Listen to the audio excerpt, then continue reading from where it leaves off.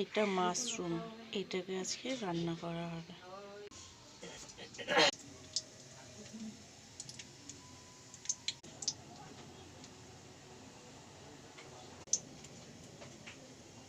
আলু mushroom fry করা হয়ে গেছে।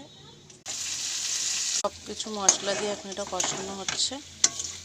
কষানো হয়ে গেলে একটু জল দেবো। জল দিয়ে দিয়েছি, এবার এটা সেদ্ধ হলে নামিয়ে নেব।